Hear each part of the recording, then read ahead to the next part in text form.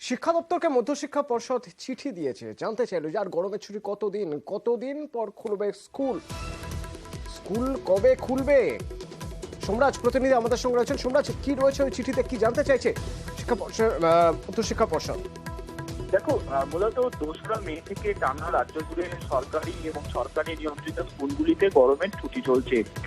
মধ্যশিক্ষা পর্ষদের পূর্ব নির্ধারিত সূচি অনুযায়ী আগামী 5ই জুন স্কুল খোলার কথা।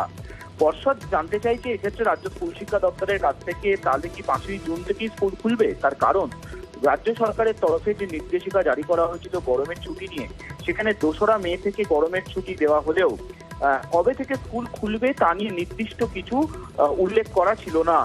ফলত এক্ষেত্রে পর্ষদ যে চিঠি দিচ্ছে, সেখানে স্কুল শিক্ষা দপ্তরকে তারা জানতে চাইছে যে 5ই জুন থেকে স্কুল খুলবে নাকি না স্কুল অন্য কোনো দিন থেকে খুলবে। পর্ষদের একাংশ মনে করছে যে যেহেতু টানা 1 মাসেরও বেশি সময়সীমা ধরে স্কুলগুলিতে গরমের ছুটি চলছে, ছাত্রছাত্রীদের পঠন পাঠনেও ক্ষতি হচ্ছে, ফলত এক্ষেত্রে স্কুল খোলা প্রয়োজন। এবার স্কুল কবে খুলবে তা জানতে চেয়েই পর্ষদের তরফে চিঠি দেওয়া হচ্ছে স্কুল শিক্ষা দপ্তরকে।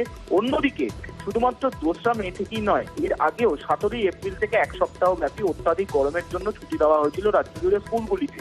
পর্ষদের এও নির্দেশিকা রয়েছে যে গরমের ছুটির পর স্কুল খুললে অতিরিক্ত ক্লাস করিয়ে ছাত্রছাত্রীদের সেই ক্ষতিপূরণ করতে হবে। এবছর মাধ্যমিক এবং উচ্চ মাধ্যমিক পরীক্ষার সূচি অনেকটাই এগিয়ে এনেছে, তাই সব দিক মাথায় রেখেই পর্ষদ তাই জানতে চাইছে যে স্কুল কবে থেকে খুলবে, এবং সূত্র মারফত খবর আজ বা আগামীকালই রাজ্য সরকারের তরফে সিদ্ধান্ত জানানো হতে পারে স্কুল কবে থেকে খুলছে। ধন্যবাদ সোমরাজ।